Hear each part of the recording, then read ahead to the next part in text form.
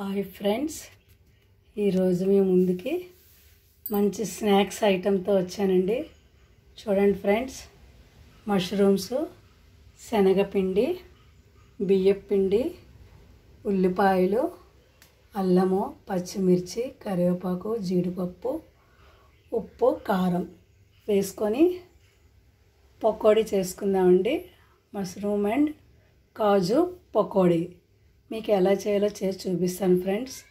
చాలా సింపుల్గా చేసుకోవచ్చండి, చాలా టేస్టీగా ఉంటుంది. పిల్లలు పెద్దలు అందరూ ఇష్టంగా తింటారండి.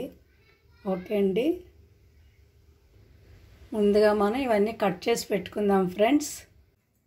మనం ముందుగా స్టవ్ వెలిగించుకొని ఆయిల్ వేసుకుందామండి. చూడండి ఫ్రెండ్స్, ఆయిల్ వేడెక్కే లోపుని మనం ఇవన్నీ కలుపుకుందామండి.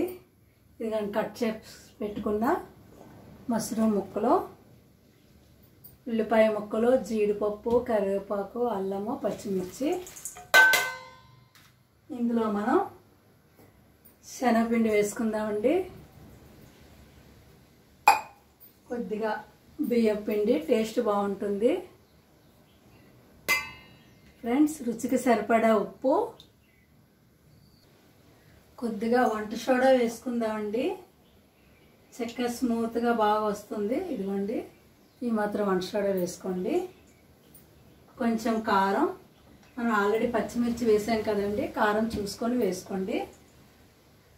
సాల్ట్ రుచికి సరిపడా చూసుకొని వేసుకోండి ఫ్రెండ్స్. ఇవన్నీ వాటర్ వేసి కలుపుకుందామండి. చాలా సింపుల్ అండి. మష్రూమ్ కాజు పకోడీ చాలా టేస్ట్గా ఉంటుంది ఫ్రెండ్స్.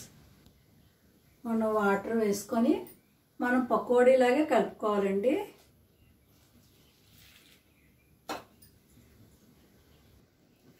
మన ఆయిల్ వేడెక్కిందో లేదో చూసుకుందామండి. కొద్దిగా ఇలా వేసుకొని,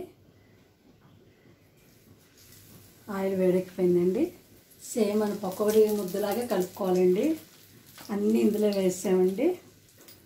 మనం జీడిపప్పు, మష్రూమ్స్, శనగపిండి, బియ్యం పిండి అన్నీ కలిపి వేసామండి. ఉప్పు, కారం, అల్లము, కరివేపాకు.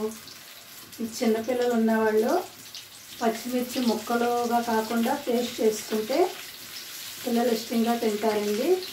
అంటే మనం ముక్కలు తగిలే అనుకోండి, పిల్లలు తినడానికి ఇష్టపడరు. చూడండి ఫ్రెండ్స్, మనం పకోడీలాగా వేసుకోవాలి. ఇవి నాటు పుట్టగొడుగులండి. మనకి వర్షాల టైంలోనే దొరుకుతాయండి. ఇప్పుడు మార్కెట్లో కూడా మనకు దొరుకుతున్నాయండి. చూడండి ఫ్రెండ్స్, చక్కగా మీకు దొరికినప్పుడు ఇలా చేసుకోండి. లేదు నాటువి దొరకలేదు అనుకోండి, మామూలుగా జొన్నలతో తయారు చేస్తారండి. అవి షీట్స్ తయారు చేసి పుట్టగొడుగులు చేస్తారండి. వాటితోనైనా చేసుకోండి. చాలా రుచి చాలా బాగుంటుంది ఫ్రెండ్స్. కొంచెం సిమ్లో పెట్టి వేయించుకోండి.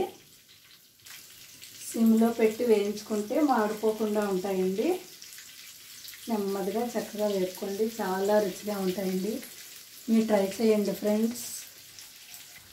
ఎంతో రుచిగా ఉండే పకోడీలు రెడీ అయిపోతున్నాయండి. పకోడీలు వేగిపోయండి, తీసేద్దాం